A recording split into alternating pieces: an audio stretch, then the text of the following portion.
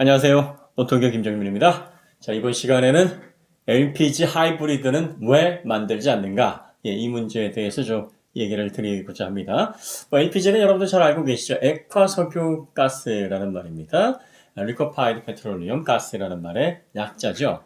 지금은 이제 LPG 차량이라고 안 하고 LPI라고 얘기를 합니다. 왜냐하면은 그전에는 액화석유가스 상태에서 연소실에서 연소를 시켰어요. 분배에는 액체 상태로 저장이 되다가 요거를 베이퍼라이저라는 장치를 통해서 기화기죠.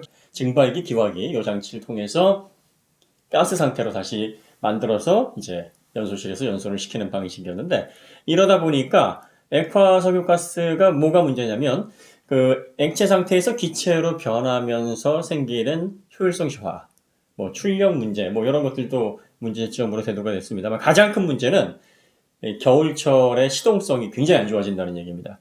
뭐 아시다시피 액체는 기화되면서 열을 뺏기게 되죠. 그렇게 되는데 이제 겨울철에 이게 가뜩이나 기온이 낮은 상태에서 액체가 기체되면서 확 온도가 내려가게 되면은 순간적으로 반이 얼어버리는 현상이 생기게 됩니다.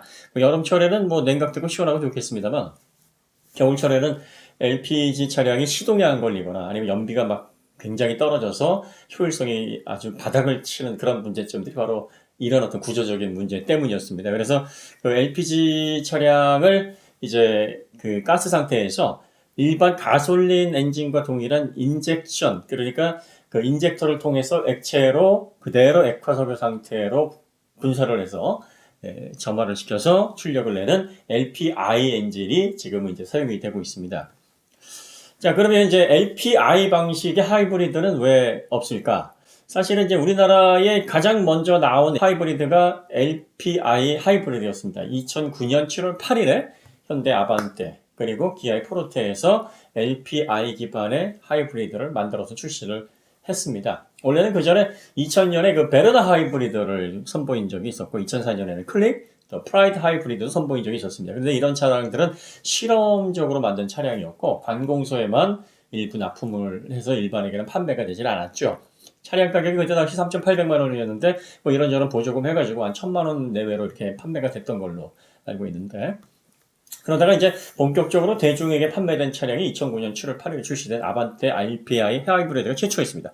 현대가 이걸 개발한 이유는 뭐 여러 가지 이유가 있겠습니다만 일단 하이브리드는 경제적인 어떤 그 개념이 강하기 때문에 경제성을 극대화하겠다 이런 목적이 있었고요. 그 다음에 그 당시에 토요타가 하이브리드 특허만 600개가 넘는 특허를 보유하고 있어서 이 가솔린 하이브리드를 그대로 그 동일하게 경쟁을 해서 제작을 하기에는 현대 측에서 굉장히 부담이 컸었던 겁니다. 그리고 또 한 가지는 동일한 기반의 하이브리드를 냈을 때 경쟁력이 상품성이 다시 말해서 떨어지면 이게 토요타에 비해서 현대의 어떤 기술력이라든지 뭐 여러 가지 시장 상황이 악화될 수 있는 뭐 그런 문제점들도 있으니까 아예 기술 접점이 없는 다르게 다가갈 수 있는 LPI로 접근을 해서 하이브리드를 내겠다 이렇게 야심차게 냈습니다. 그래서 뭐 2,300억 원인가에 들여가지고 야심차게 하이브리드를 냈는데 결과는 안 좋았어요. 결과는 뭐 판매가 뭐 포르테 하이브리드도 그렇고 아반떼 하이브리드도 그렇고 아주 판매가 저조해져서 이제 얼마 몇 년 팔지 못하고 단종이 됐습니다. 자, 그래서 이제 많은 분들이 아니 LPG를 연료로 사용하는 LPI 자동차가 가솔린 차보다 더 경제적인데 하이브리드까지 주면 얼마나 더 경제적이겠느냐 이렇게 생각하시는 분들이 계신데요. 뭐 전반적으로 돈을 더 절약할 수 있다는 것은 맞습니다. 그러니까 지출폭이 더 낮아진다는 면에서는 경제적일 수 있는데 이게 다른 면으로 생각해 보면은 오히려 반대일 수 있다는 얘기예요.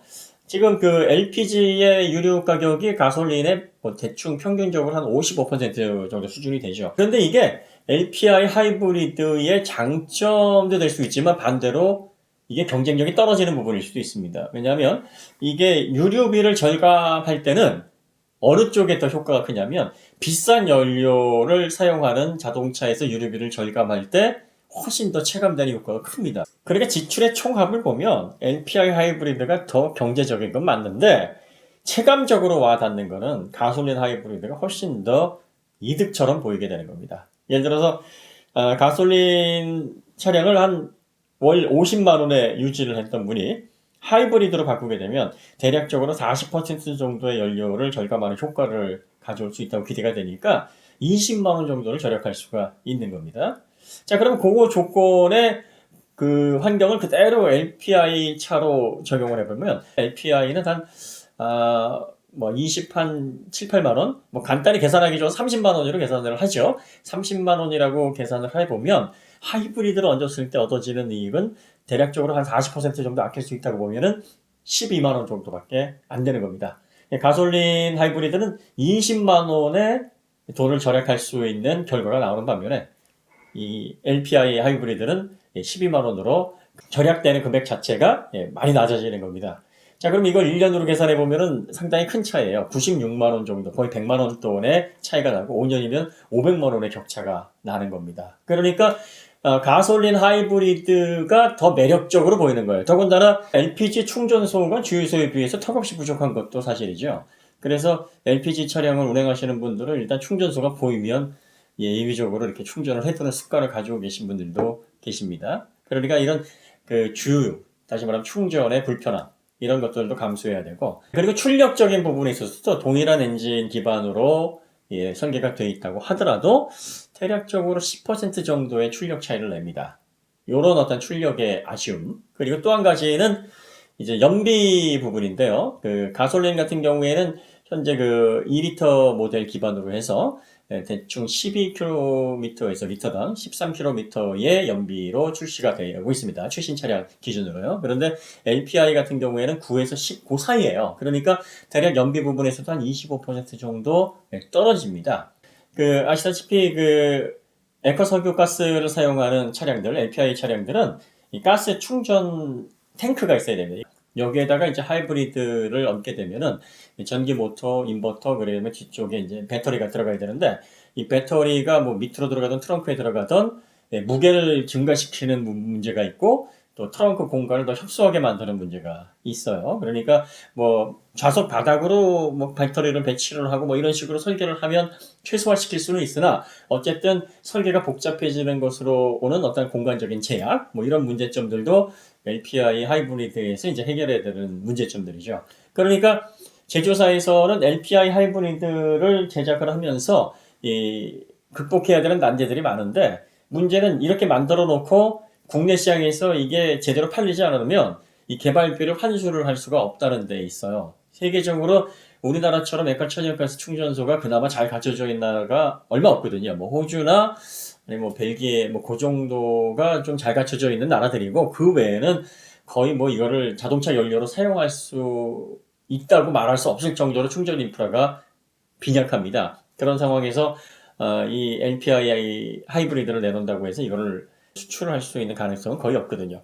그런데 이제 마침 우리나라에서 LPI 하이브리드 수요가 폭발해서 우리나라 내수 시장만으로도 충분히 충당하고 남다 그러면 제조사에서 만들겠는데 아반떼 LPI 하이브리드를 딱 내놓고 보니까 소비자들이 거의 뭐 구입하려고 들지는 않는 거죠. 특히 LPG 차량 같은 경우에 예전에 왜 인기가 많았었냐면 이 LPG 차량이 좀 저렴했어요.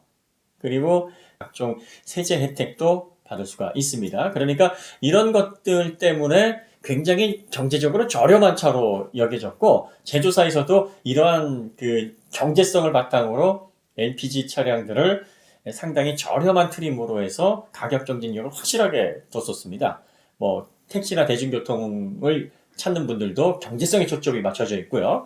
자, 그런데 이제 LPI로 변경이 되면서 이 가솔린하고 크게 다를 바가 없는 구조가 됐고요. 특히 이제 일반인들이 LPI를 구입할 수 있게 됨으로 인해서 세제 혜택도 이제 없어지게 됐죠.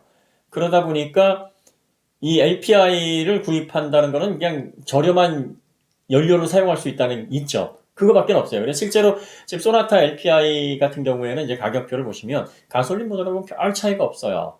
그것도 이제 옵션을 가지고 조정을 해놓은 거라 실질적인 가격 차이는 거의 없다고 보시면 됩니다. 그래서 생각만큼 LPI 모델이 일반 소비자들에게 이렇게 많이 판매가 되지 않고 있다고 하는데, 자, 이런 상태에서 하이브리드까지 얹어지게 되면은 거의 뭐 가솔린 하이브리드와 비슷한 가격대에 출시될 수밖에 없는 그런 상황이거든요. 그러니까 LPI라 그래서 하이브리드가 저렴하게 얹어지는 게 아니에요. 하이브리드가 들어감으로 인한 가격 상승폭은 동일하거든요. 자, 그런 차원에서 아까도 말씀드렸듯이 유류비가 자체가 저렴하기 때문에 유류비를 절약함으로써 얻게 되는 체감적인 경제 효과가 크지 않다는 점. 그리고 LPI 엔진 특유의 효율 저하로 연비 출력 면에서 손해를 본다는 점. 자, 그 다음에 충전소가 인프라가 아직 부족해서 가솔린 모델에 비해서 불편을 준다는 점. 자, 이러한 점들 때문에 소비자들이 구태여 뭐 LPI 하이브리드를 구입할 필요가 있겠느냐 이렇게 생각을 하는 거고, 제조사도 이거 만들어봤자 소비자들이 안 살 것 같은데 하면서 안 만드는 겁니다.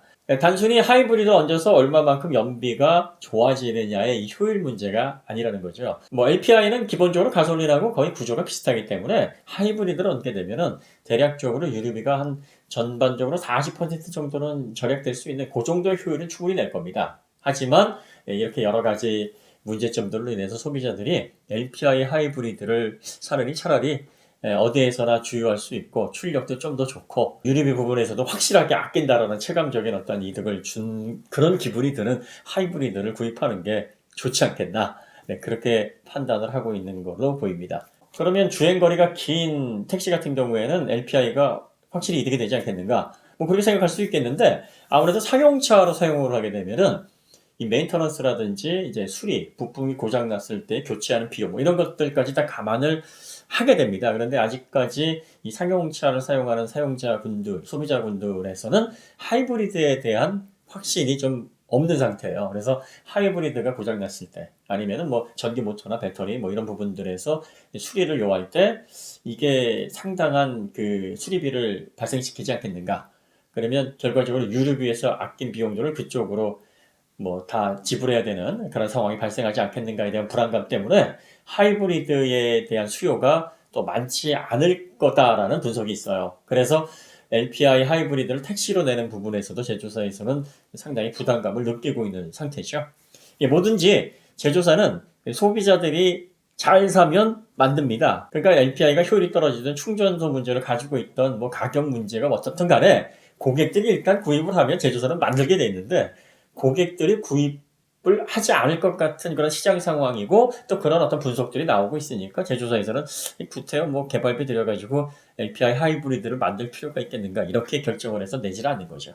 앞으로 상황은 좀 지켜봐야 되겠죠. LPI 하이브리드가 나올지, 뭐 아니면은 48V 기반의 마일드 하이브리드로 이 냉간시 효율을 살짝 올려주는 그런 어떤 개념으로 가격적인 큰 어떤 그 상승 없이 LPG 하이브리드, 마일드 하이브리드라는 개념으로 나올지, 이건 좀 지켜봐야 될 문제인데, 지금처럼 풀 하이브리드가 LPI 방식에서는 뭐 당분간 나오지 않지 않을까, 뭐 저는 그렇게 생각을 합니다. 뭐 대답이 되셨는지 모르겠습니다. 그러면 여기서 마치도록 하고요. 저희는 내일 소나타 센시어스 시승을 하게 되는데요. 센시어스에 대한 여러 가지 궁금점들, 이런 것들을 최대한 해소해드리기 위해서 한번 노력해 보겠습니다.